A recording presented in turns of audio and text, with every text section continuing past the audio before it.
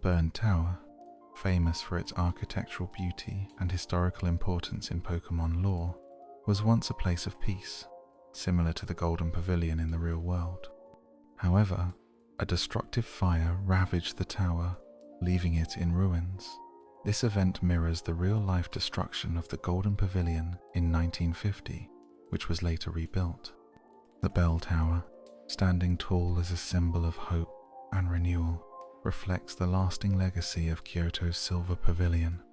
This historical influence enriches Johto's lore, connecting the region to real-world culture. The legendary Pokemon Ho-Oh and Lugia are linked to these towers, symbolizing balance and duality. Ho-Oh, associated with the bell tower, represents rebirth and the heavens, while Lugia, linked to the burned tower, embodies the sea and the underworld. This inversion of their real-world inspirations adds an intriguing layer to their lore, grounding Johto's mythology in Japanese history and architecture. By drawing from these influences, the Pokemon series builds a world that feels immersive and resonant. The mythology surrounding the legendary Pokemon Groudon, Kyogre, and Rayquaza is inspired by ancient stories from Jewish tradition. These Pokemon are based on the Behemoth, Leviathan, and Ziz, three mythical creatures believed to rule over the land, sea, and sky. Some accounts suggest these beings are fated to clash in an apocalyptic battle, threatening the world's destruction. This myth parallels the plot of Pokemon Ruby, Sapphire, and Emerald, where the battle between Groudon and Kyogre disrupts nature's balance until Rayquaza intervenes. Each legendary's design reflects its elemental role. Groudon's rugged, earth-like form symbolizes land and magma. Kyogre's smooth, aquatic shape mirrors the ocean, and Rayquaza's sleek, serpentine body draws inspiration from dragons, emphasizing its role as the peacemaker between land and sea. By incorporating global myths, Game Freak created legendary Pokemon that are both fantastical and deeply connected to human storytelling traditions. Similarly, the Regi trio Regirock, Regis, and Registeelair inspired by the golem from Jewish folklore, where a golem is a creature brought to life through sacred texts or divine intervention. The patterns on the Regi Pokemon's heads resemble Braille, symbolizing their ancient origins and the mystery surrounding their creation. The trio's thematic connection to stone, ice, and steel represents their roles as guardians of the past, embodying the unyielding elements of the natural world. The Sinnoh region introduces Arceus, the creator of the Pokemon universe, whose lore draws heavily from various creation myths. Arceus's Pokédex entry states that it was born from an egg in a void and shaped the world, echoing the Shinto concept of a cosmic egg from which the universe emerged. This connection ties Arceus to deities like Izanagi and Izanami, central figures in Japanese creation myths. The spear pillar at Mount Coronet, where Arceus is said to reside, resembles the Onagoro, the central pillar of the Shinto creation myth. Arceus's design also incorporates Buddhist symbolism, with its wheel-like feature resembling the Dharma chakra, representing the path to enlightenment. Its 1,000 arms are a nod to Avalokiteshvara, a deity known for compassion and mercy. By blending elements from multiple religious and cultural traditions, Arceus embodies the idea of a universal creator that transcends specific mythologies to appeal to a global audience. Torterra, the final evolution of Turtwig, also has mythological roots. Its design is inspired by the world turtle, a concept found in many cultures, including Chinese and Native American traditions. These myths describe a giant turtle that carries the world on its back, symbolizing stability and interconnectedness. Torterra's Pokédex entries often reference this myth, describing it as a Pokemon that supports ecosystems on its shell, which adds grandeur to its role in the Pokemon world and links it to ancient beliefs about the natural order. Infernape, the final evolution of Chimchar, draws inspiration from Hanuman, a monkey god in Hindu mythology known for his immense strength, bravery, and ability to withstand fire. One famous story about Hanuman involves him setting the city of Lanka ablaze with his fiery temperament.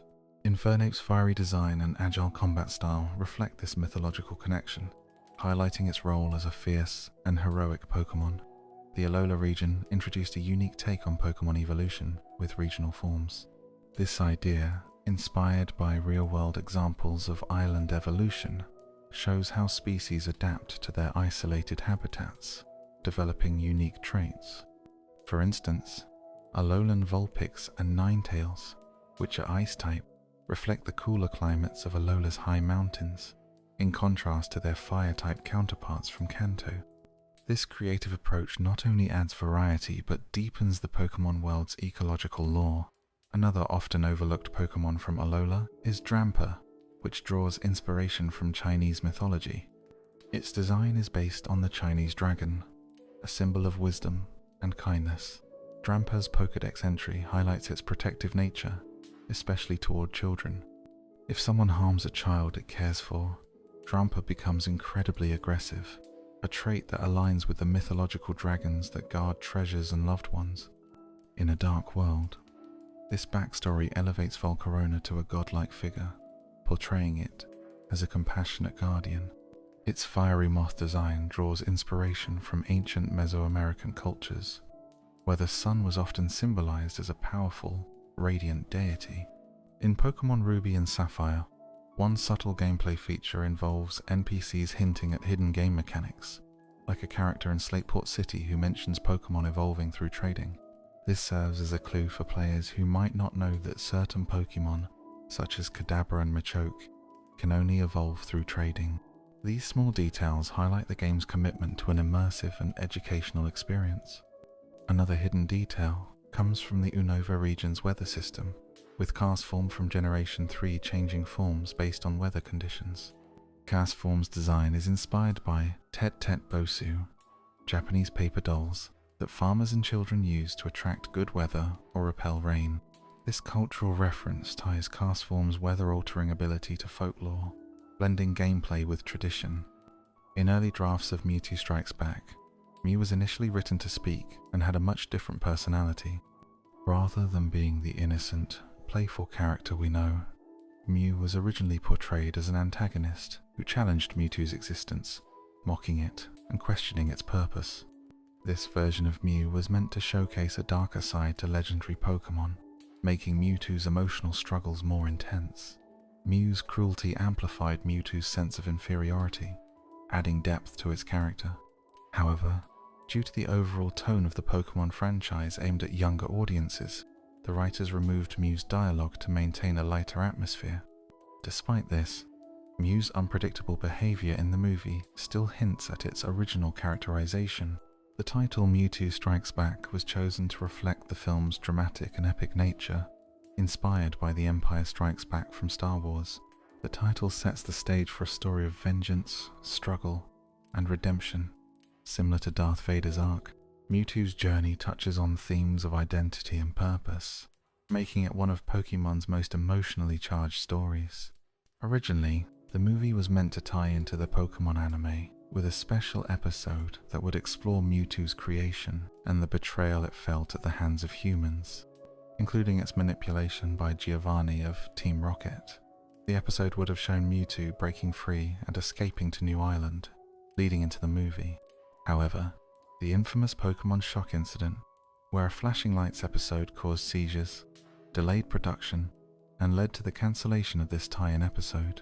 Despite this, Mewtwo's story remains central to the franchise, with later anime episodes revisiting its backstory, though they didn't capture the full depth of the original plan. Mewtwo's design and motivations were also inspired by the Phantom of the Opera. Like the Phantom, Mewtwo is a tragic figure, powerful yet misunderstood, struggling with feelings of isolation and a need to prove its worth. The design of Mewtwo's castle, with its isolated, mysterious location on New Island, parallels the Phantom's Opera House, reinforcing the connection between the two characters. Masachika Ichimura, who voiced Mewtwo in the Japanese version, also played the Phantom in a stage production, bringing a similar dramatic intensity and vulnerability to both roles. New Island, where Mewtwo's story unfolds, is remote and mysterious, emphasizing Mewtwo's isolation. Located southwest of Kabar Island in the Orange Islands, it is a place cut off from the rest of the Pokemon world, serving as a sanctuary for Mewtwo as it grapples with existential questions. This setting aligns with Mewtwo's journey, where it retreats from humanity to create its own refuge. Beyond the Pokemon world, Mewtwo has made an impact in the real world. In 2020, a scientist named Yun discovered 3 new species of beetles and named them. Is this conversation helpful so far? After the iconic bird trio Articuno, Zapdos, and Moltres, this distinctive decision highlights the cultural importance of Pokemon, which has influenced scientists, artists, and creators across various fields. These beetles are described as rare and elusive, much like the legendary Pokemon they are named after. Naming real-world creatures after Pokemon shows how the franchise's themes of discovery and biodiversity extend beyond its fictional universe. Interestingly, these beetles are as mysterious as the Pokemon they're named after, found in isolated habitats, and their behaviors and ecological roles remain largely unknown. This link between real-world science and Pokemon lore strengthens the idea that the world of Pokemon, full of exploration and wonder, is not so different from our own. Celebi, the time-traveling Pokemon introduced in Generation 2, underwent major design changes during its development. Early concept art showed Celebi inspired by Kokopelli, a Native American fertility god connected with music, spring, and mischief. Kokopelli is often depicted as a playful trickster, carrying a flute and bringing renewal, but this cultural influence was ultimately dropped to avoid misrepresentation or controversy. The final design, by Hironobu Yoshida, emphasizes Celebi's role as a guardian of nature and time, with its delicate fairy-like appearance aligning it with other mythical Pokemon such as Mew, making it a symbol of hope and harmony. Celebi's role in the games has always been tied to mystery and legend. In Gold and Silver, players speculated that Celebi could be encountered at the Ike's Forest Shrine, a structure deep in the woods. While this rumor wasn't true in the original games, it captured the imagination of fans. Later, Game Freak made it a reality in Pokemon Crystal, tying the Celebi event to the shrine, further deepening its connection to the Johto region. Ho-Oh, another legendary Pokemon from Johto, first appeared in the very first episode of the Pokemon anime. At the time, Gold and Silver hadn't been released yet, and Ho-Oh's appearance served as a teaser for the upcoming generation. This early introduction solidified Ho-Oh as a mysterious and powerful Pokemon. Its counterpart, Lugia, followed a different development path. In early designs, Lugia featured a symbol on its belly to represent its unique role among legendaries. Lugia's design was influenced by Ryujin, the Japanese god of the sea, a connection highlighted in the Sea Spirit's Den in Pokemon X and Y, a location linked to Lugia and named after Watatsumi. Another name for Ryujin, Ho-Oh and Lugia are designed to embody duality. Ho-Oh represents the sun, day, and the heavens, while Lugia symbolizes the moon, night, and the depths of the sea. These themes are reflected in their signature moves. Ho-Oh's Sacred Fire represents warmth, renewal, and life, while Lugia's Aeroblast symbolizes power, destruction, and cleansing. Together, they create a balance that mirrors natural cycles, such as light and dark, creation and destruction. Some fans theorize that Ho-Oh and Lugia, along with Celebi, could form an unofficial time trio, given their connections to time-related themes. Ho-Oh's ability to grant eternal life and Lugia's ties to the rhythms of the sea complement Celebi's mastery over time. While not officially recognized, the parallels between these 3 Pokemon are clear. The legendary beasts, Raikou, Entei, and Suicune, offer another fascinating element of Johto's mythology. These Pokemon have sparked debates among fans about their origins and designs here. They, cats, dogs, or something else. According to their designer, Ken Sugimori, Raikou is based on a tiger, Entei on a lion, and Suicune on a leopard. However, their silhouettes were deliberately made ambiguous to give them a more mythical, otherworldly appearance.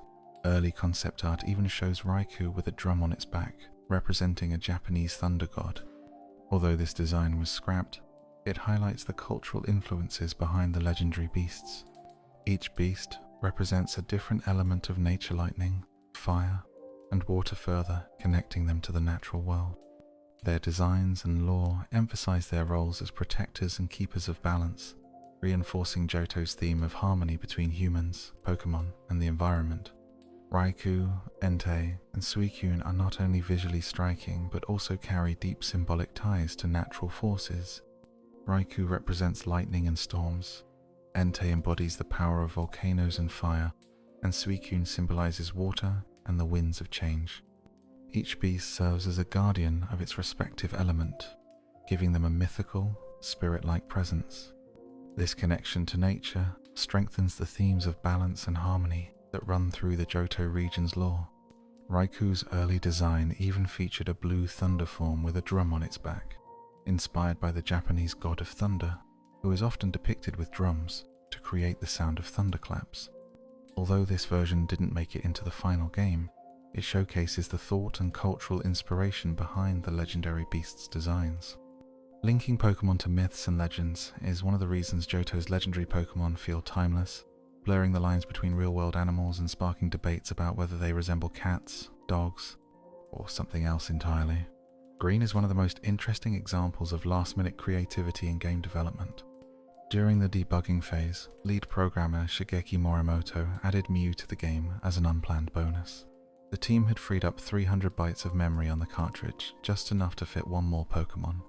Morimoto took this as a chance to include a secret creature that players would only discover by chance. Mew wasn't part of the main game and couldn't be found through standard gameplay. However, players discovered a glitch that made it possible to encounter Mew under specific conditions, turning the hidden Pokemon into a legend. Initially, the glitch worried Nintendo, who thought it might hurt the game's reputation, but the mystery surrounding Mew only made the game more popular. Players spread rumors and theories, boosting the game's success. One of the most famous myths about Mew involved a truck near the Anne. Players believed using the move's strength to push the truck would reveal Mew.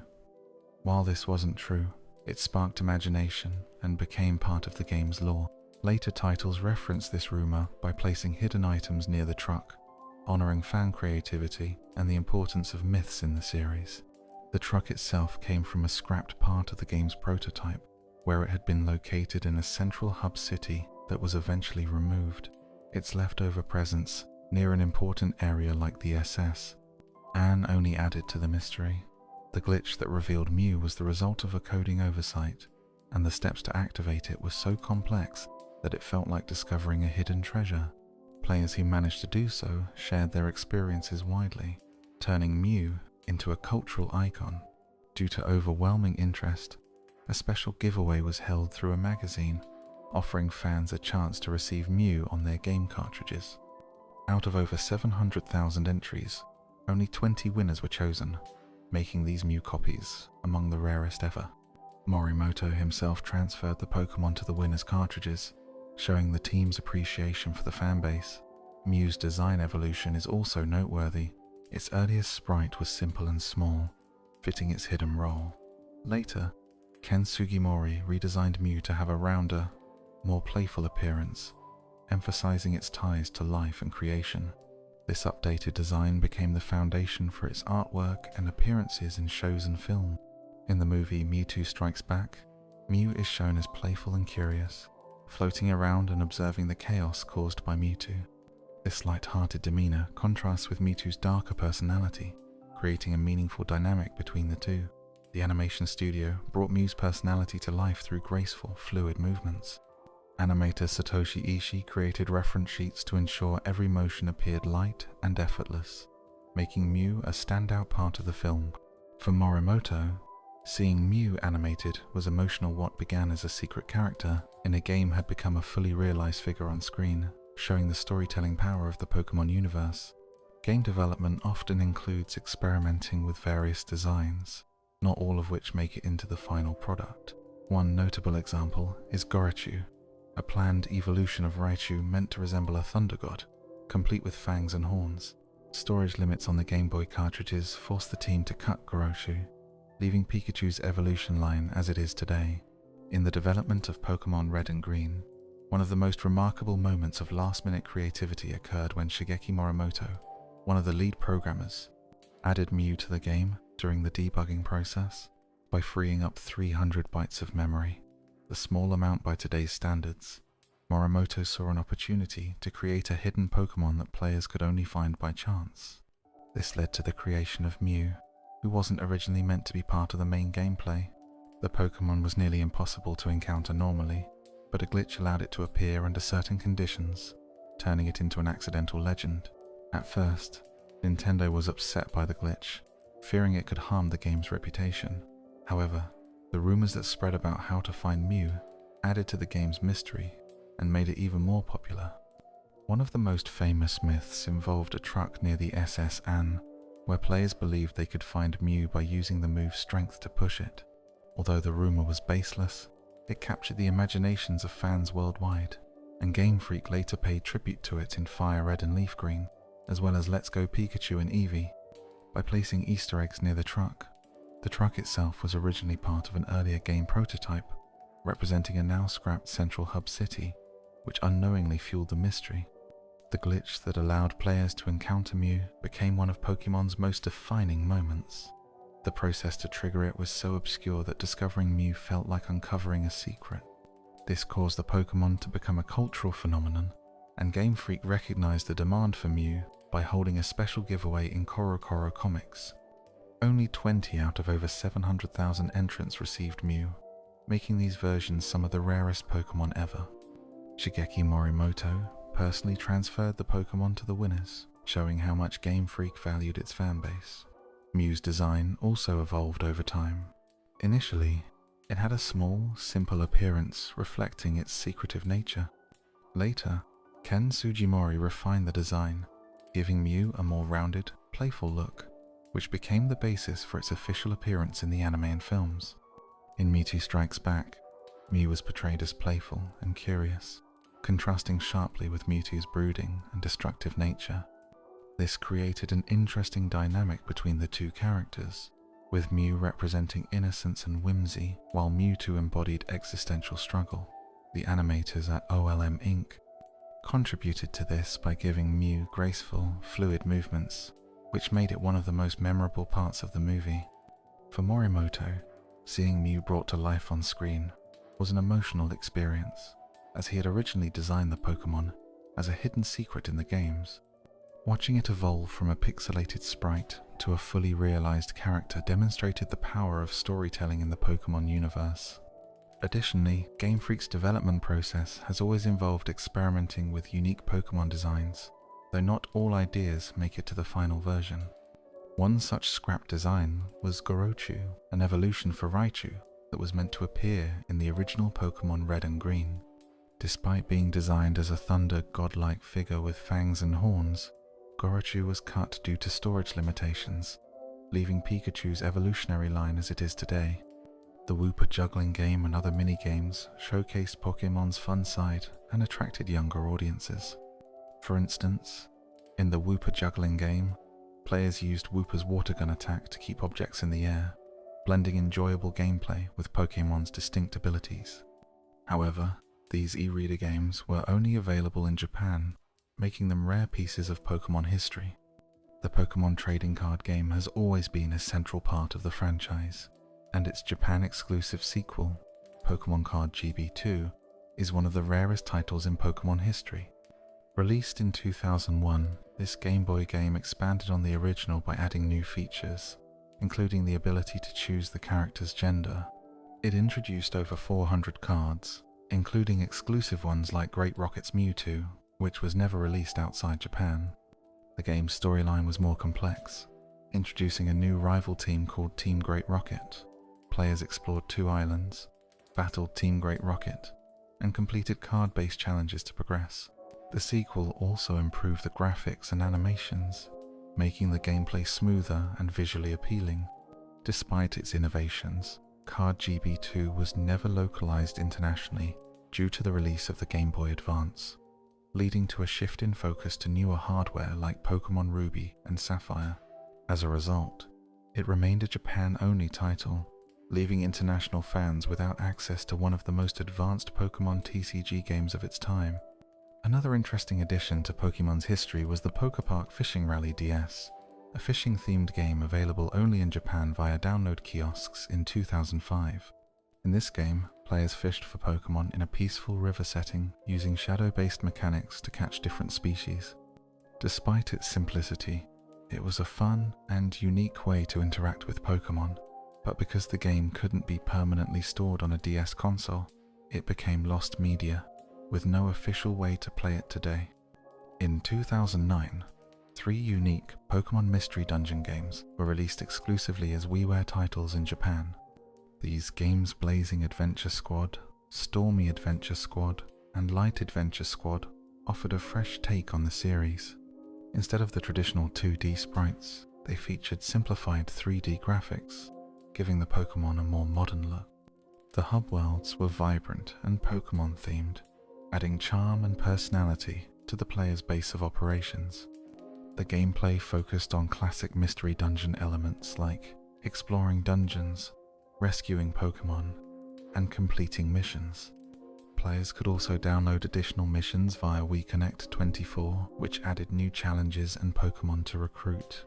One unique feature of these games was the use of special codes to unlock legendary Pokemon and events, which were distributed through Japanese promotions. Despite these features, the games were never released internationally. Although there were plans to localize them, the process was eventually abandoned. Fans later created translations, allowing international players to experience these lost Pokemon adventures. The Sega Pico, an educational console aimed at young children, holds a special place in Pokemon's history. Released in 1993, it resembled a child-friendly laptop with interactive story cartridges that combined learning and gaming. While discontinued internationally in 1998, it remained popular in Japan until 2005, selling over 4 million units. Pokemon developed several games for this platform to reach younger audiences. One notable title, Pokemon Catch the Numbers, 2002, aimed to teach basic numeracy skills through fun minigames. The story involved Pikachu and Togepi recovering stolen Pokemon from Team Rocket, with each activity designed to encourage problem-solving and numerical thinking. Another title, Pokemon Advanced Generation H and Katakana, 2003, helped Japanese children learn how to read and write hiragana and katakana, the 2 main phonetic scripts in Japanese. Players traced letters and completed language-based challenges with popular Pokemon from the Hoenn region. In 2004, Pokemon Advanced Generation Loud Battle added a competitive element, combining reading tasks with Pokemon battles, promoting both cooperative and competitive play. The game was bundled with a Pikachu-themed controller, making it a collectible item. The success of these titles led to the release of the Advanced Pico in 2005, an upgraded version of the console with improved hardware, including built-in speakers and SD card compatibility. It supported additional Pokemon games like Pokemon Advanced Generation Number Battle, 2005, and Pokemon Diamond and Pearl Adventure in the Maze, 2009, continuing the tradition of blending education with Pokemon gameplay. Despite their educational value and innovative designs, Pokemon games on the Sega Pico remain relatively obscure, especially outside of Japan. The Wooper juggling game and other mini-games highlighted Pokemon's playful nature and helped appeal to younger players.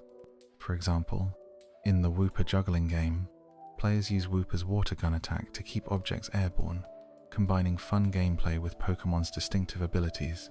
These e-reader games weren't widely released outside Japan, making them rare parts of Pokemon's history. The Pokemon trading card game has always been central to the franchise, and its Japanese-only sequel, Pokemon Card GB2, is one of the rarest treasures. Released in 2001, this Game Boy game built on the original TCG by adding new features like gender selection for characters. It introduced over 400 cards, including exclusive ones like Great Rocket's Mewtwo, which never saw release outside Japan.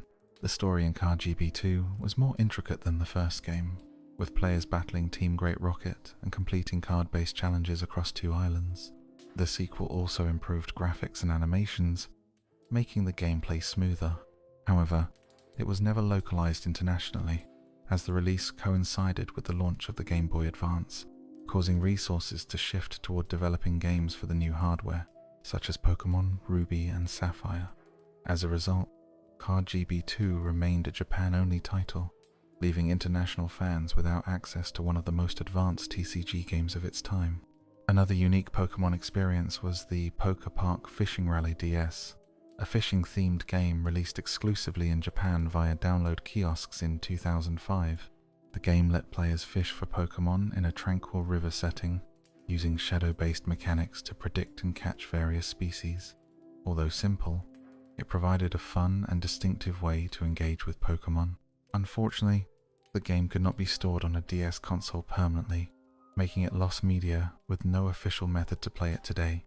In 2009, 3 special Pokemon Mystery Dungeon games were released in Japan as exclusive WiiWare titles: Blazing Adventure Squad, Stormy Adventure Squad, and Light Adventure Squad.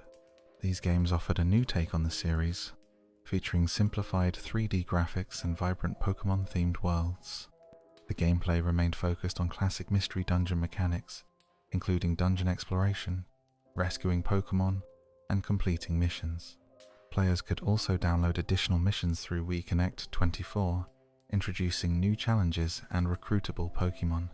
The games used special codes to unlock legendary Pokemon in unique events, with codes distributed through promotions in Japan. Despite their innovative features, these titles were never localized. While there were indications that English versions might be released, the localization process was eventually abandoned. However, fans later translated the games, allowing international players to experience these lost adventures. The Sega Pico, an educational console aimed at younger players, represents an interesting chapter in Pokemon history. Released in 1993, the Sega Pico looked like a child-friendly laptop, featuring interactive storybook cartridges that blended gaming with learning. Though discontinued internationally in 1998, it remained popular in Japan until 2005, selling over 4 million units. The Pokemon franchise developed several themed games for the Pico, one of the most notable being Pokemon Catch the Numbers, released in 2002. This game aimed to teach children basic numeracy through fun mini-games, where Pikachu and Togepi worked to recover stolen Pokemon from Team Rocket. The game encouraged problem-solving and numerical thinking. Another title, Pokemon Advanced Generation H and Katakana, released in 2003, focused on teaching children to read and write hiragana and katakana, the 2 main Japanese phonetic scripts. Players traced letters and completed language challenges with Pokemon from the Hoenn region. In 2004, Pokemon Advanced Generation Loud Battle added a competitive edge to the Pico's offerings. This 2-player game combined reading tasks with Pokemon battles, encouraging both cooperative and competitive play. It also came with a Pikachu-themed controller, making it a collectible item. The success of these titles led to the creation of the Advanced Pico, an upgraded version of the console released in 2005. This version included better hardware, built-in speakers, and SD card support, and it continued to feature Pokemon games like Pokemon Advanced Generation Number Battle and Pokemon Diamond and Pearl Adventure in the Maze. These games combined education with engaging gameplay, teaching math, categorization, and problem-solving skills. Despite their educational value, Pokemon games on the Pico remain largely obscure, particularly outside of Japan. The early designs of the Pokemon world and its environments were inspired by earlier creatures like Caterpie and Pidgey, creating a sense of familiarity while introducing fresh elements. Many names of Hoenn Pokemon were crafted with humor and wordplay. For example, Zigzagoon was named for its erratic zigzag movement, while its evolution, Linoon, emphasized a more streamlined, linear behavior. Another example was Slakoth, which evolves into the powerful Vigoroth before reverting to a lazy form, Slaking. These playful names added personality and depth to the Pokemon of Hoenn, making them memorable. In response to criticism that the second-generation Pokemon appeared too babyish, the designers of Generation 3 aimed for tougher and more monstrous designs. Legendary Pokemon like Groudon and Kyogre showcased this shift, with intricate patterns and imposing forms. Groudon, in particular, had a detailed design to emphasize its embodiment of land and power. The development of Ruby and Sapphire was influenced by certain design constraints, such as the need for some Pokemon to retain specific features like tails or horns, which were necessary for pre-programmed moves. This consideration of gameplay mechanics and aesthetics showcased the meticulous planning behind Pokemon design. The titles of the games, Ruby and Sapphire, were chosen late in development and were inspired by the red and blue themes of Generation 1's Red and Blue. The tradition of gemstone names, which began with Pokemon Crystal, was intended to create a sense of progression, with Ruby and Sapphire representing the themes of land and sea embodied by Groudon and Kyogre. The third version, Emerald, continued the gemstone theme, while its name, reflecting the green of Pokemon Green in Japan, represented balance and harmony between the forces of land and sea. The Hoenn region, introduced in Ruby and Sapphire, was distinct from Kanto and Johto, as it was not geographically connected to those earlier regions. This allowed for a more unique and self-contained world, giving the developers the freedom to explore new themes, such as environmentalism, and to introduce iconic Pokemon like Groudon, Kyogre, and Rayquaza. A personal tribute in the game appeared in Sopus City, where an NPC named Kiriafter, the daughter of a developer, gave players rare berries, symbolizing a connection to the game's development. Pokemon Colosseum, the first console RPG in the series, introduced a darker and more mature tone to the Pokemon universe. Directed by Manabu Mana and developed by Genius Sonority, the game targeted older fans who had grown up with the franchise. The protagonist, a 17-year-old ex-member of Team Snagem, initially appeared as a dark hero who stole Pokemon, but his true motives were revealed as he worked to save shadow Pokemon from corruption. The game's setting, the desert region of Aura, inspired by Phoenix, Arizona, contrasted sharply with the lush environments of other regions. Its music, composed by Tsukasa Tawada, used harmonica melodies and ambient sounds to capture the rugged atmosphere of Ore, adding depth to the game. The Pokemon Mini, released in 2001, was the smallest cartridge-based console Nintendo had ever created, weighing just 70G.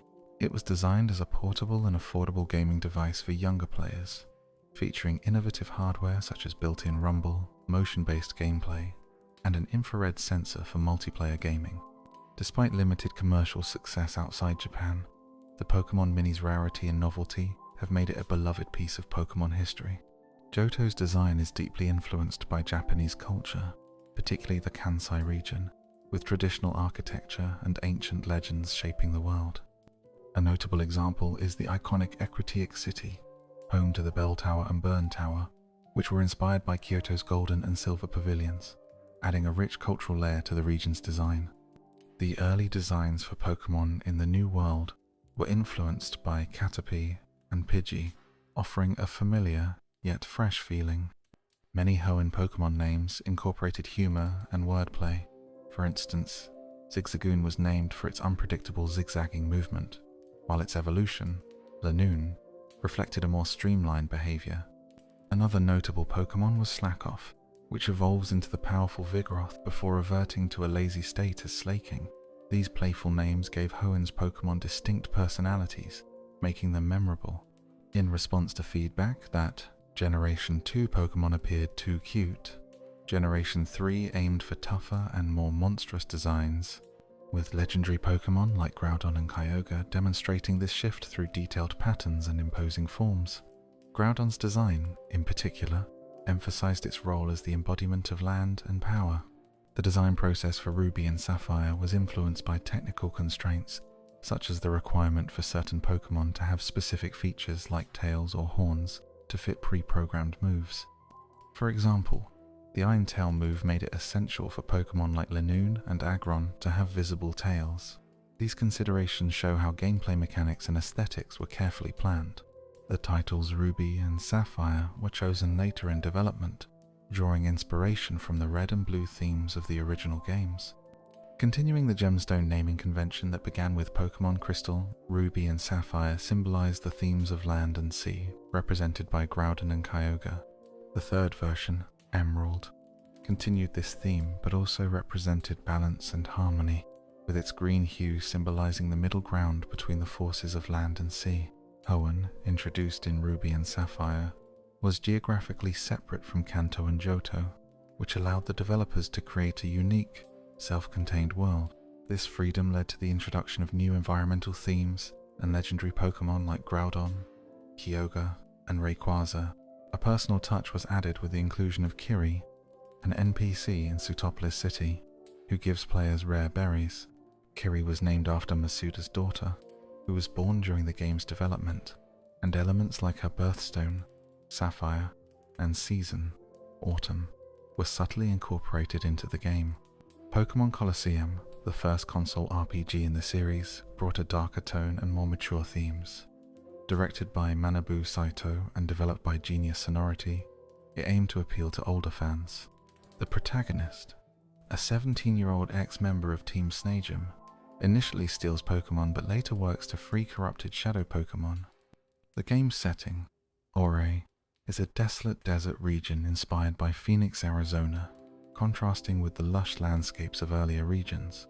The city of Phonak mirrors Phoenix's transformation into a thriving city, and the soundtrack, composed by Tsukasa Tawada, used harmonica melodies and ambient sounds to capture the region's rugged environment. Released in 2001, the Pokemon Mini was Nintendo's smallest cartridge-based console, weighing just 70 grams. It was designed as a portable and affordable device for younger players. Despite its small size, it featured innovative hardware such as built-in rumble, a shock detector, and an infrared sensor for multiplayer gaming. Its game library included global titles like Pokemon Party Mini and Pokemon Pinball Mini, as well as Japan-exclusive games like Toys Great Adventure and Pokemon Puzzle Collection 2. Though it didn't achieve widespread success, the Pokemon Mini remains a nostalgic and collectible piece of Pokemon history. Johto's design draws heavily from Japanese culture, especially the Kansai region, where traditional architecture and ancient legends shapes the Pokemon world. A notable example is Ecruteak City, which features two significant towers, the Bell Tower and the Burn Tower. These were inspired by Kyoto's Silver Pavilion, Ginkaku-ji, and Golden Pavilion, Kinkaku-ji. Known for their architectural beauty and historical relevance in Pokemon lore, the Burn Tower was once a place of peace, similar to the real-world Golden Pavilion. A catastrophic fire left the tower in ruins, reflecting the real-life burning of the Golden Pavilion in 1950, which was later restored. The Bell Tower, standing tall, symbolizes hope and renewal, much like Kyoto's Silver Pavilion.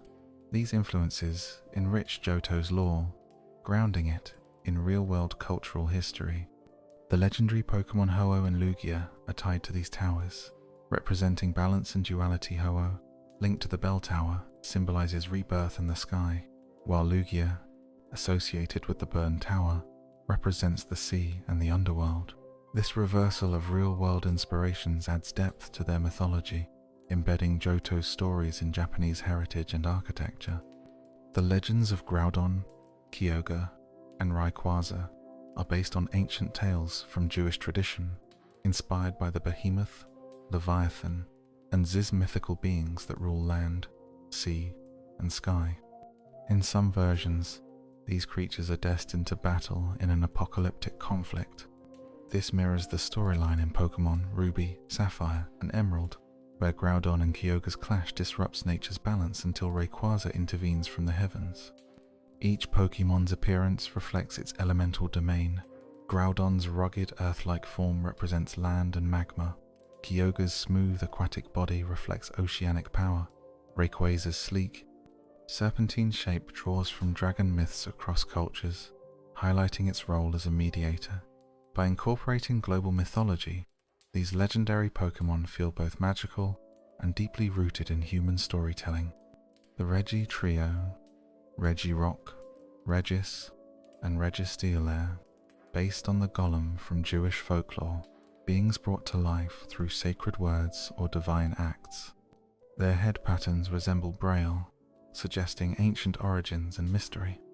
The trio's elemental themestone, Ice and Steel, represent enduring aspects of the natural world, positioning them as guardians of the past. In the Sinnoh region, Arceus is introduced as the creator of the Pokemon universe, drawing heavily from various creation myths.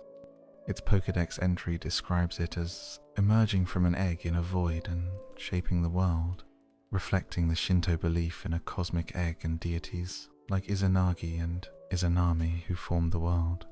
The spear pillar at Mount Coronet, where Arceus is said to dwell, resembles the central pillar from the Shinto creation myth.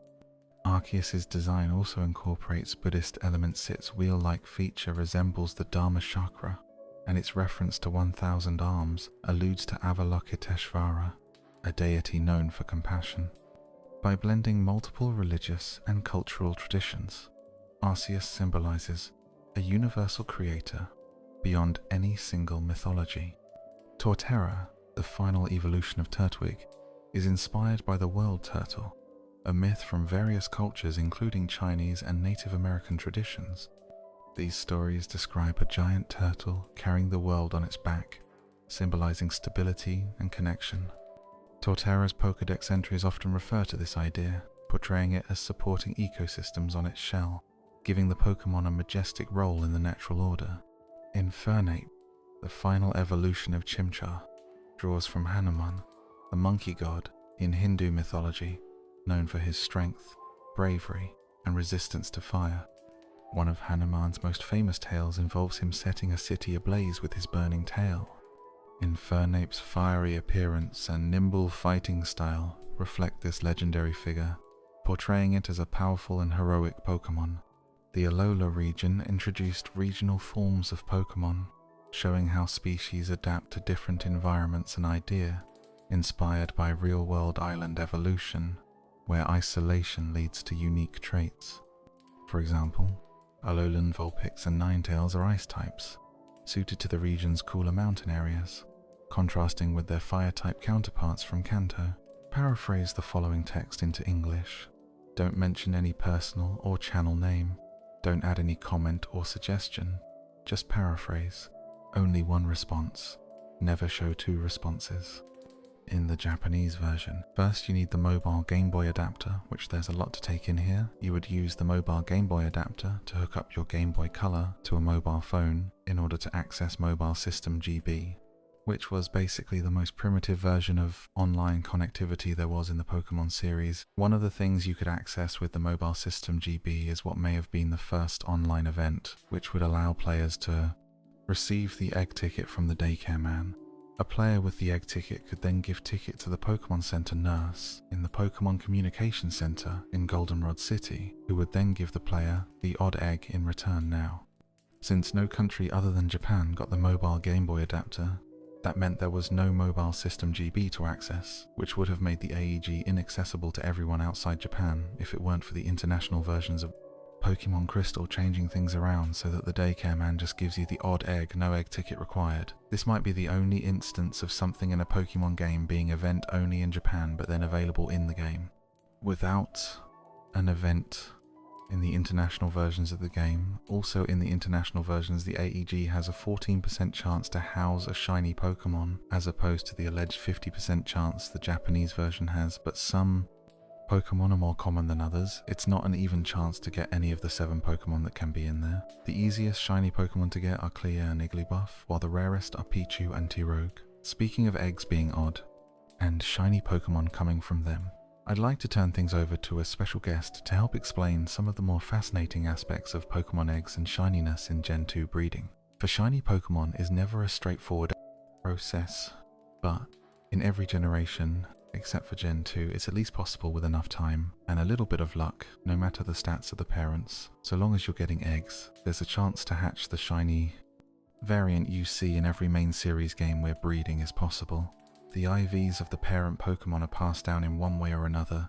The problem is that in Generation 2, the IVs of a Pokemon are literally what determine if a Pokemon will be shiny. So the stats of the parent Pokemon are so important that no matter how many eggs you hatch, most pairings of Pokemon will never be able to pop out a shiny baby. But that's not to say it's completely impossible to hatch shiny Pokemon.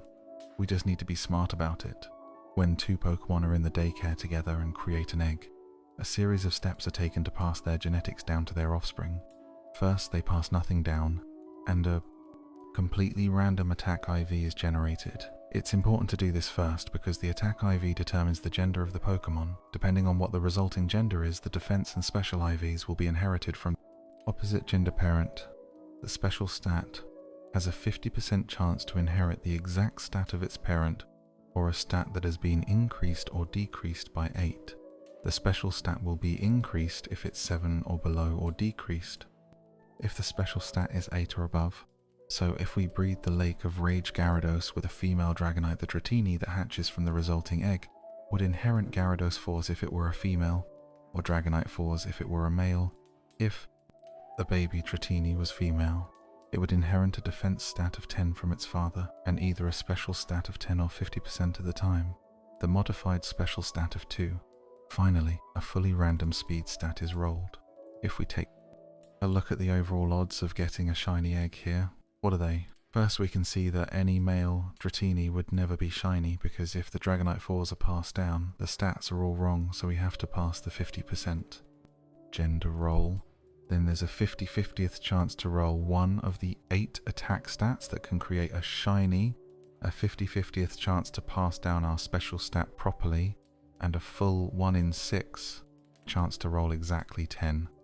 On the random speed stat that gives us odds of 1 in 128 to hatch a shiny. Honestly, pretty good odds, especially compared to the fact that the Generation 3 games that came afterwards were almost always the full 1 in 8. 192 odds to hatch shinies. I know that was a lot to consume all at once, especially if you're new to Generation 2 shiny stuff. But for you newcomers, I want to ask you a question and be honest down in the comment section about this. How many of you are now asking yourself, why don't we just breed 2 shiny Pokemon together to have 1 in 64 shiny odds? This one is weird. You can try it for yourself, but Mount Coronet in the Sinnoh region is based on Japan's Chubu region and represents a spiritual link between the heavens and the earth. The spear pillar at its summit is where players encounter Dialga, Palkia, and Giratina, tying together themes of time, space, and alternate dimensions. The interconnected nature of the Pokemon world is hinted at through features like the SS Anne in Kanto, which travels between Vermilion City and other regions, suggesting a wider world beyond each game. The move U-turn, used by Pokemon to attack and then switch out, symbolizes adaptability and survival instincts. Its design is inspired by real-world behaviors, like how animals such as birds and fish use hit-and-run tactics to evade predators. This move highlights the blend of strategy and realism in Pokemon gameplay. Fossil Pokemon throughout the series offer a fascinating look into the prehistoric world of Pokemon, with each generation introducing new ones based on ancient creatures, connecting them to real-world paleontology. For example, Kabuto and Omanyte from Generation 1 are based on trilobites and ammonites, 2 iconic marine fossils. These Pokemon are revived using advanced technology, mirroring how scientists study ancient DNA to learn about extinct species. One particularly creative fossil Pokemon is Archeops from Generation 5, inspired by Archaeopteryx, a species between dinosaurs and modern birds. Its ability, Defeatist, lowers its stats when its health drops below 50%, symbolizing the fragility of early avian species and reflecting the challenges they faced in adapting to flight. Another notable fossil is Tyrantrum from Generation 6, based on the Tyrannosaurus rex. Its regal design, complete with a crown-like frill, emphasizes its fearsome nature, while its ability, Strong Jaw, boosts the power of biting moves, highlighting its role as a predator. These Pokemon are not only interesting additions to the roster, but also educational representations of prehistoric life. The legendary Pokemon Tapu Koko, Tapu Lele, Tapu Bulu, and Tapu Fini from Alola are inspired by Hawaiian deities and their connection to nature. Each Tapu represents a different island guardian, with their designs and abilities reflecting the natural forces they protect. Tapu Koko, guardian of Melamele Island, symbolizes electricity and speed, representing modern energy in Hawaii. Tapu Lele, associated with healing and the mind, mirrors Hawaiian spiritual traditions. Tapu Bulu, guardian of Ula Ula Island, represents vegetation and growth, while Tapu Fini, guardian of Pony Island, embodies the power of water and cleansing. These Pokemon not only protect their islands but also represent the harmony between humans and nature. Their signature abilities, which create terrains like electric terrain or grassy terrain, further emphasize their role as forces of nature. Alolan Pokemon like Oricorio also showcase cultural influences, with each form tied to a different traditional dance, such as hula for the Bale style or flamenco for the Sensu style.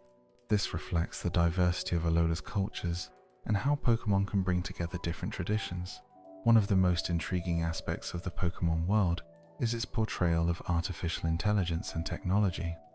Rotom, the electric ghost Pokemon, exemplifies this with its ability to inhabit different machines. First introduced in Pokemon Diamond and Pearl, Rotom can possess electronics and change its form, reflecting real-world concerns about AI and the relationship between technology and humanity. Its various forms, like Rotom Wash and Rotom Heat, show how machines can be repurposed for different tasks, symbolizing innovation and adaptability. Another technological influence in Pokemon is Genesect, a bug, steel type that is a revived and modified fossil Pokemon created by Team Plasma. According to its lore, Genesect was once a prehistoric predator upgraded with advanced weaponry, including the signature Technoblast attack. This combines themes of science fiction and paleontology, making Genesect one of the series' most complex Pokemon. The designs of Grimer and Muck, iconic sludge Pokemon from Generation 1, reflect environmental issues. Grimer's Pokédex entries mention its formation in polluted areas, particularly near factories and industrial sites.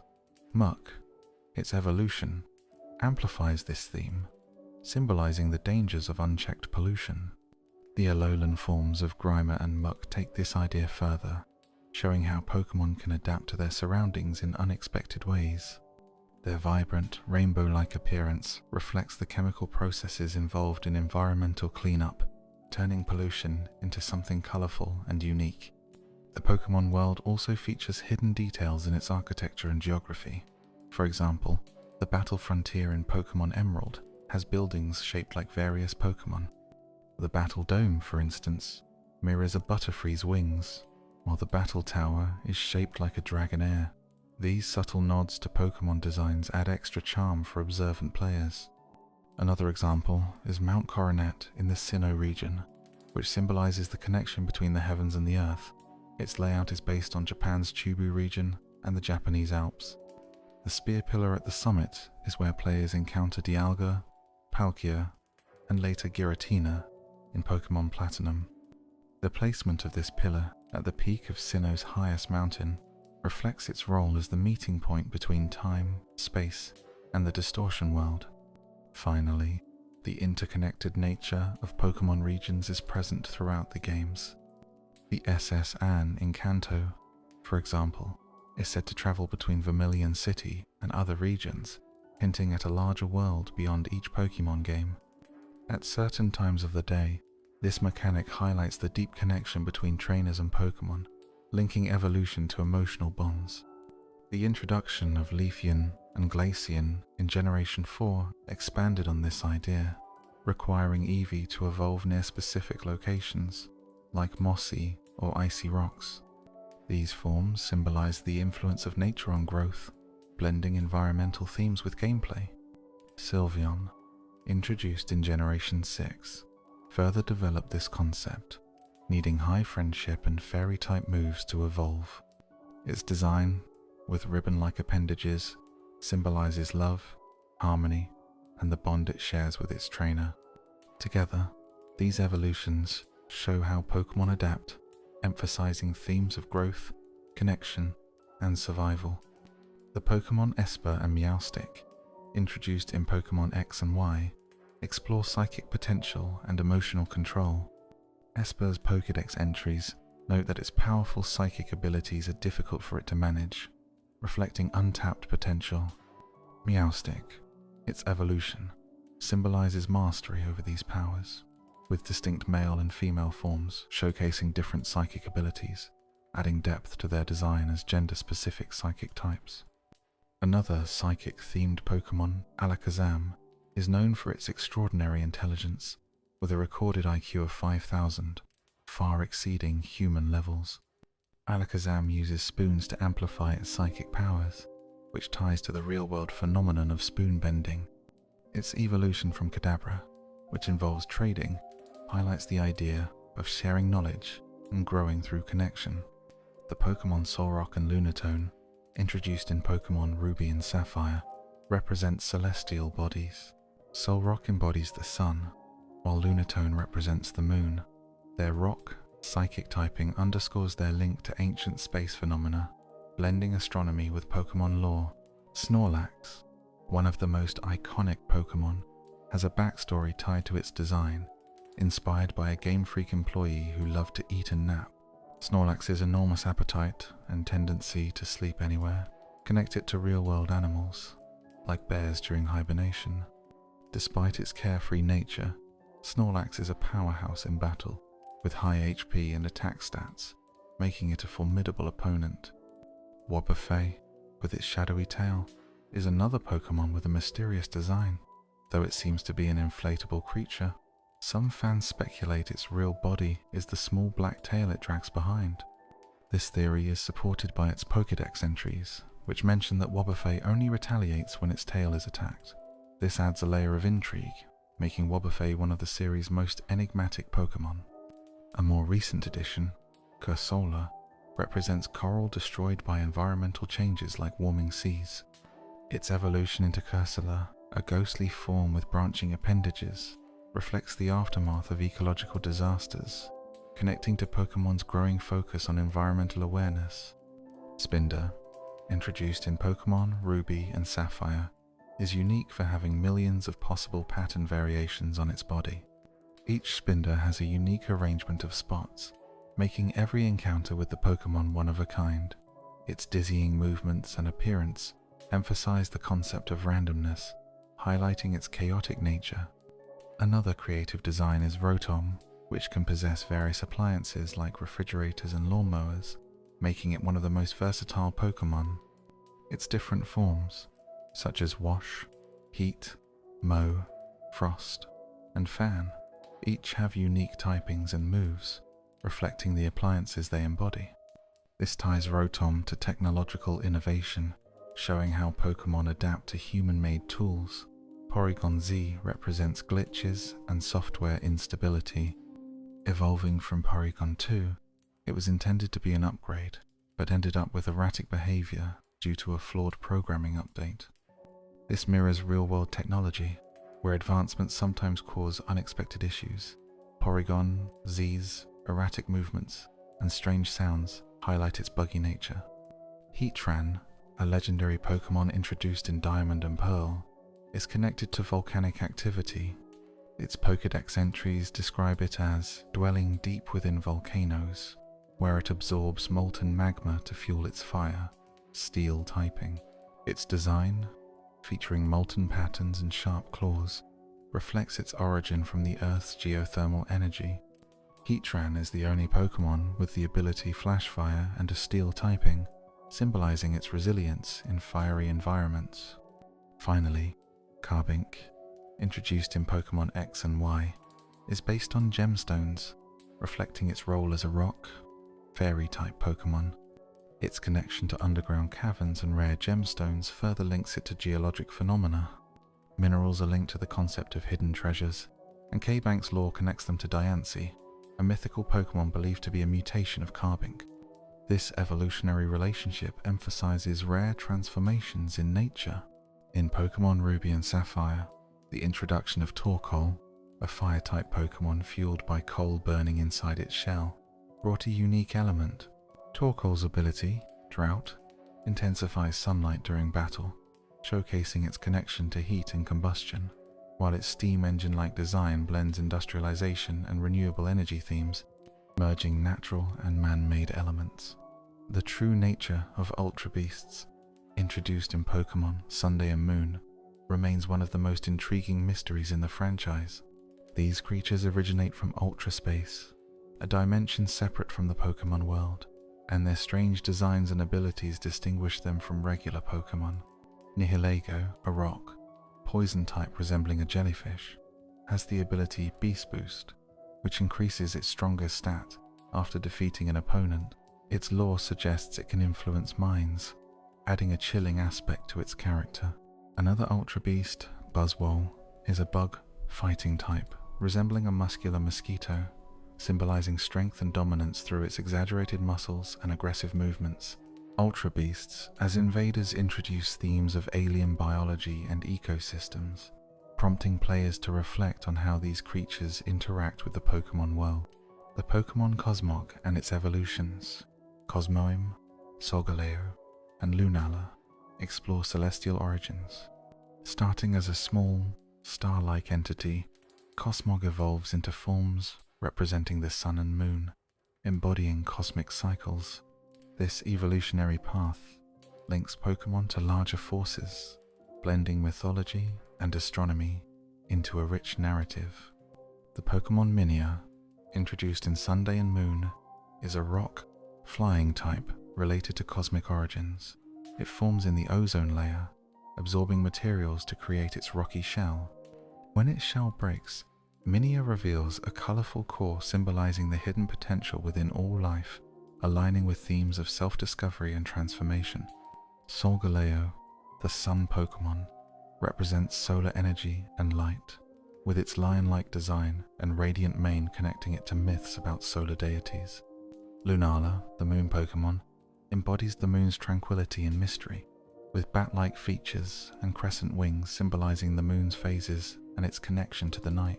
Ultra Wormholes, introduced alongside these Pokemon, represent parallel universes and expand the series' lore, prompting players to consider the broader implications of Pokemon's interconnected worlds.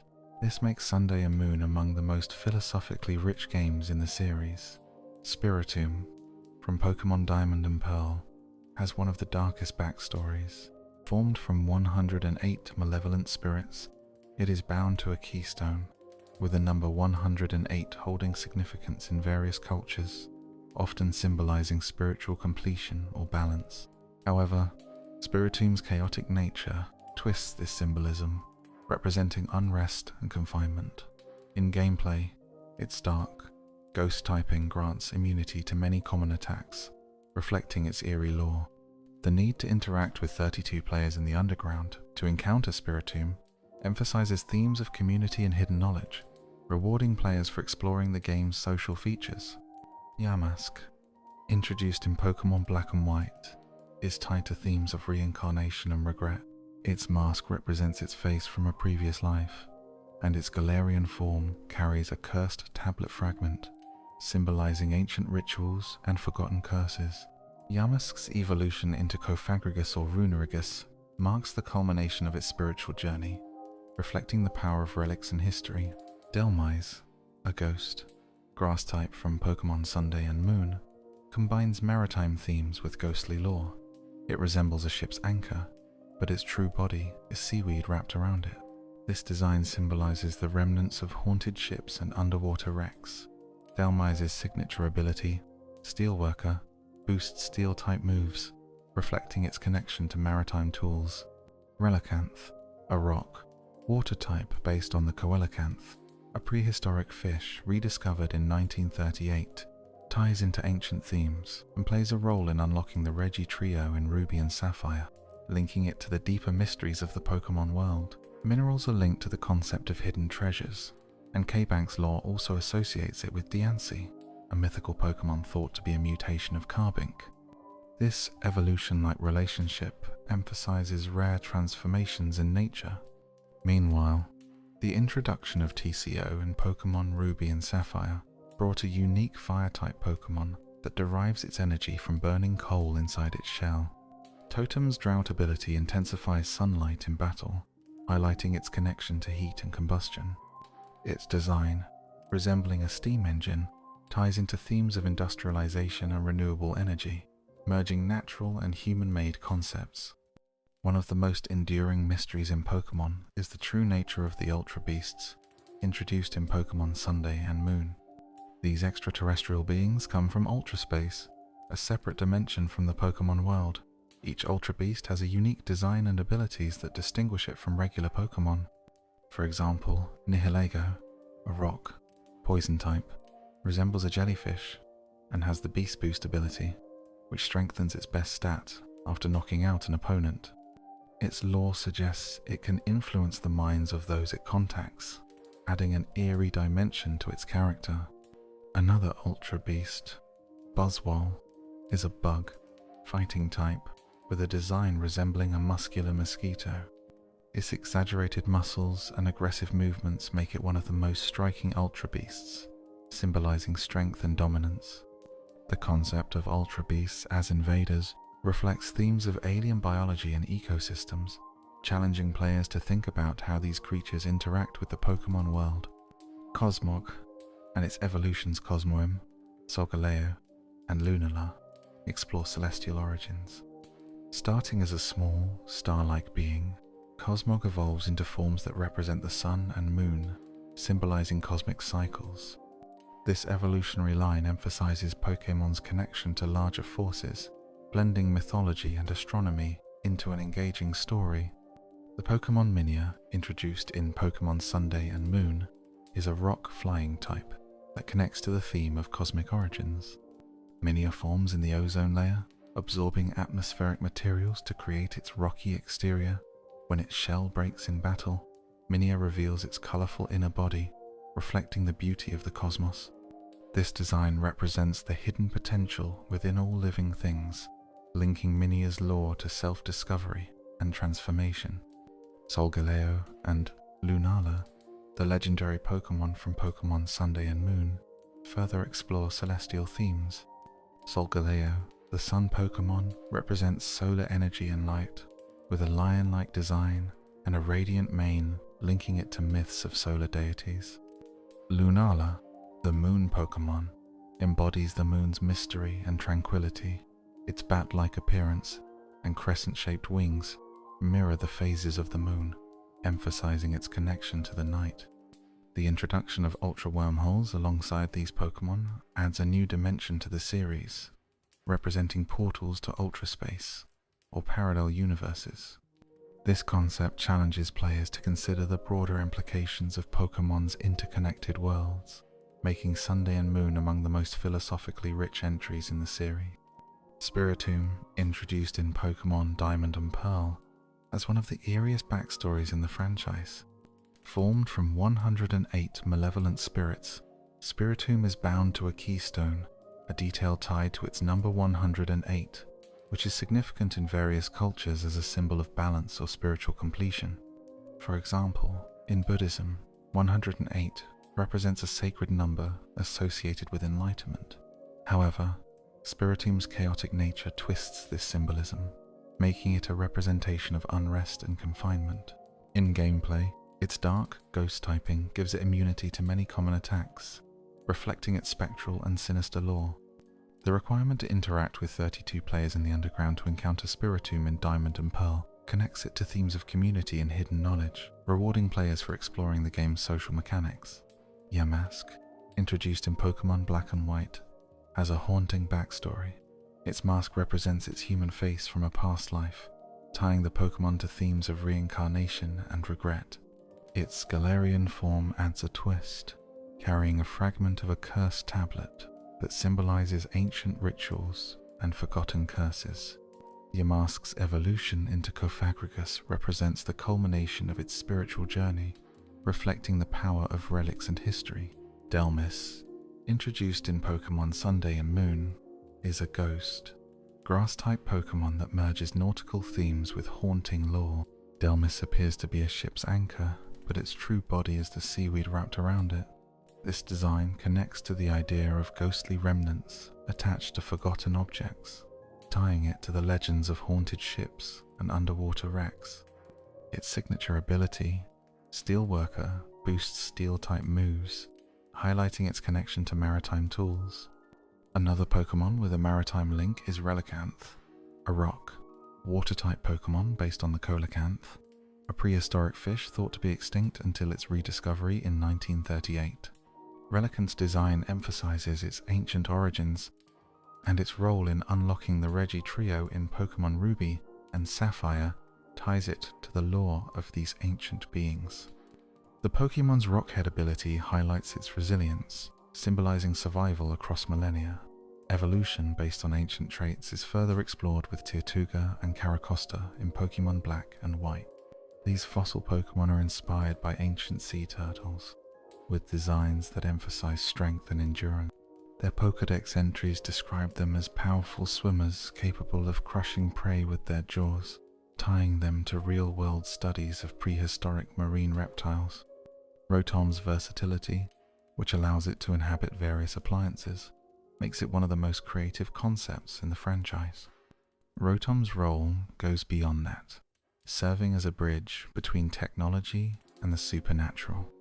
Its ability to possess objects like refrigerators, lawnmowers, and washing machines mirrors the growing reliance on smart appliances in modern life. Its electric, ghost typing ties it to the concept of energy, representing how technology and electricity have become central to human existence. Another Pokemon exploring technological themes is Probopass, introduced in Pokemon Diamond and Pearl. Inspired by the Moai statues of Easter Island, Probopass incorporates magnetism, with its mini-magnetic components orbiting its body. This combination of ancient and modern elements highlights the fusion of historical and scientific concepts in Pokemon designs. Another Pokemon connected to magnetism is Magnezone, the final evolution of Magnemite. Its design reflects the evolution of technology, particularly in areas with strong magnetic fields like Mount Coronet. Its electric, steel typing and sleek, futuristic appearance symbolize humanity's exploration of science and the unknown. Milcery and Alchemy, introduced in Pokemon Sword and Shield, add a playful touch to the series. Milcery evolves into Alchemy through a unique mechanic involving spinning the player's character in a certain direction. The evolution depends on the sweets Milcery holds and the time of day, resulting in various alchemy forms. This mechanic ties to themes of creativity and customization, making Alchemy a fan favorite. Alchemy's Gigantamax form takes its design further, transforming it into a giant, multi-layered cake adorned with decorations, reflecting the joy and celebration associated with sweets. Alchemy's abilities, which boost morale in battle, tie it to themes of community and positivity. Another food-themed Pokemon is Applin, also introduced in Pokemon Sword and Shield. Applin's design, based on an apple, ties it to themes of growth and nourishment. Its evolutions, Flapple and Appleton, explore different aspects of the apple theme, with Flapple symbolizing agility and Appleton representing sweetness and comfort. These designs show Pokemon's ability to draw inspiration from everyday objects and transform them into engaging creatures. The legendary Titans Regis, Registeel, Regidrago, and Regieleki link to themes of ancient civilizations and elemental power. Each Titan represents a different natural force, with designs emphasizing their unyielding strength. Regieleki, introduced in Pokemon Sword and Shield, is said to be powered by pure electricity and generates more electrical energy than any known Pokemon, connecting it to themes of technological advancement. Regidrago, another new addition, is made of crystallized dragon energy, symbolizing the raw power of ancient dragon Pokemon. Its dragon-shaped head reflects its origins as a being created to harness draconic energy. The shared connection of these Regi Pokemon to Galar's Crown Tundra region ties them to themes of discovery and preservation, making them essential pieces of Pokemon's archaeological lore. Giratina, introduced in Pokemon Ruby and Sapphire, is one of the most mystical creatures in the series. Known as the Wish Pokemon, Giratina is said to grant wishes written on the tags attached to its head. This concept draws from Tanabata, a Japanese festival where people write wishes on paper strips and hang them on bamboo. Giratina's steel, ghost typing ties it to celestial themes, linking it to the stars and cosmic phenomena. Its ability to awaken for just 7 days every 1,000 years adds to its mystique, making it one of the rarest and most desired Pokemon in lore. Another Pokemon tied to celestial themes is Deoxys, the DNA Pokemon. Deoxys's design is based on a mutated space virus, symbolizing alien life. Its ability to change forms, attack, defense, speed, and normal demonstrates the adaptability of DNA. connecting it to real-world science. Deoxys' origin in the Birth Island event further emphasizes its extraterrestrial nature, making it one of the most otherworldly Pokemon in the series. Solrock and Lunatone, introduced in Pokemon Ruby and Sapphire, explore celestial themes as well. Solrock embodies the sun, while Lunatone represents the moon. Their designs reflect ancient astrological symbols, and they are said to be fragments of meteors, tying them to the mysteries of space and the impact of celestial events on the Pokemon world. Togepi, introduced in Pokemon Gold and Silver, became an iconic Pokemon in the franchise, known for its cheerful nature and connection to happiness. Togepi's design represents innocence and joy, and its evolution continues this theme. This seems to be an interesting mix of fan speculation, rumors, and some very bold conclusions. Let's break this down a bit. The theory about Ditto being related to Mew seems to be a fascinating example of how fan theories can take on a life of their own. The evidence supporting it is quite flimsy though. It's common for fans to latch onto similarities between characters, like color palettes or behavior traits, and try to make connections that might not be there. When you throw in the fact that the series director directly denied the theory and that the development team, which included him, was quite hands-on, it makes sense why the theory falls apart. The director's response doesn't seem like a case of someone trying to cover up a hidden truth. It seems more like a straightforward answer. On the other hand, the Professor Ivy rumor is a bit different, especially since it gained traction years after Shudo's passing. It's a lot easier for fans to spread unverified claims in today's social media age, and in this case, it seems like someone took a comment from Shudo's book and misinterpreted it or spread it without fully understanding the context. If Shudo indeed thought that Ivy could be portrayed as a lesbian, it could be a personal headcanon rather than a confirmed fact. But given that Shudo was the head writer, it's definitely intriguing that he'd have this perspective. Both situations show how powerful fan-driven narratives can become, even when the actual evidence doesn't fully support them. Do you think the popularity of these theories says more about the fan community, or about how creators leave room for interpretation in their works?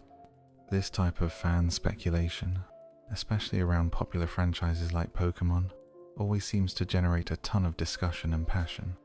It's interesting how a theory can become widely accepted and gain momentum, even when there's a lack of concrete evidence to support it. In the case of the Ditto and Mew connection, the facts from the development side seem pretty clear from the director's response and the involvement of programmers in the design process. The fans' refusal to accept this, especially when they question the director's authority, shows how deeply people invest in these theories, even when contradicting sources are available. The Professor Ivy rumor is another example of how rumors can spiral out of control, especially when they're taken out of context or without verification. It's pretty wild how something from a headcanon or an offhand comment can become something presented as fact, only to have the actual origin be muddled or misunderstood. Crimson's situation, with the rumor being picked up without checking sources, feels like a classic internet chain reaction. One person tweets, then others amplify it, and it takes on a life of its own. Have you come across any other theories or fan speculations that caught your attention either because they were fun or because they were way off the mark? It's fascinating how theories like this can spiral into widespread belief, especially when they're backed by fan enthusiasm and viral social media moments. The Ditto Mew theory, in particular, has a long history of speculation, and while it's definitely intriguing, it's clear that the developers' input and detailed behind-the-scenes interviews contradict it. As for the Professor Ivy rumor, it's a great example of how misinformation can spread. It's easy for a small kernel of an idea to be picked up, expanded on, and misinterpreted, especially when there's little concrete information to either confirm or deny it. It's even more slippery when the rumor starts being presented as a fact by someone who hasn't verified their own sources. Crimson's admission that they didn't even read the book really drives home how these things can snowball. It's interesting to think about how fan theories and rumors, even when they're later debunked, can shape the broader conversation around a franchise. What's your take on fan theories in general? Do you enjoy diving into them, or do you prefer just enjoying things as they are? Following the iconic trio of Articuno, Zapdos, and Moltres, This particular decision emphasizes the cultural importance of Pokemon, which has inspired individuals in science, art, and many other fields. Described as rare and elusive, these creatures are comparable to the legendary Pokemon in the games. Naming real-world animals after Pokemon shows how the franchise's themes of discovery and biodiversity extend beyond its fictional world. Interestingly, these beetles are as enigmatic as the Pokemon they are named after, being found in secluded habitats with little known about their behaviors and ecological roles. This connection between real-world science and Pokemon lore highlights the idea that the Pokemon world of exploration and awe isn't so different from our own. Celebi, the time-traveling Pokemon introduced in Gen 2, underwent significant design changes during development. Early concept art depicted Celebi, inspired by Kokopelli, a Native American fertility deity associated with music, spring, and mischief. Kokopelli is often depicted as a playful figure carrying a flute and bringing renewal. Although this influence enriched Celebi's design, it was ultimately discarded, likely to avoid cultural misrepresentation or controversy. The final version of Celebi, designed by Hironobu Yoshida, emphasizes its role as a guardian of nature and time, with a delicate, fairy-like appearance that aligns it with other mythical Pokemon like Mew. In the games, Celebi has always been tied to mystery and legend. In Gold and Silver, players speculated Celebi could be found at a shrine deep in the Ike's Forest, a rumor that, while untrue in the original games, sparked global interest. Game Freak later made this rumor a reality in Pokemon Crystal, where an event rewarded players with Celebi, linking the Pokemon's lore to the shrine and strengthening its connection to the Johto region. Ho-Oh, another legendary Pokemon from Johto, made its first appearance in the debut episode of the Pokemon anime. At that time, Gold and Silver had not yet been released, and Ho-Oh's early appearance served as a teaser for the new generation. This moment solidified Ho-Oh's status as a mysterious and powerful Pokemon. Its counterpart, Lugia, took a different route. Known in development as Pokemon X, Lugia's early designs included Anne on its belly, symbolizing its unique role among legendaries. Lugia's design was influenced by Ryujin, the Japanese sea god, further highlighted by the Sea Spirit's Den in Pokemon X and Y, a location named after Watatsumi, another name for Ryujin. Ho-Oh and Lugia were created to represent duality. Ho-Oh embodies the sun, day, and heavens, while Lugia symbolizes the moon, night, and the depths of the sea. These themes are reflected in their signature moves and abilities.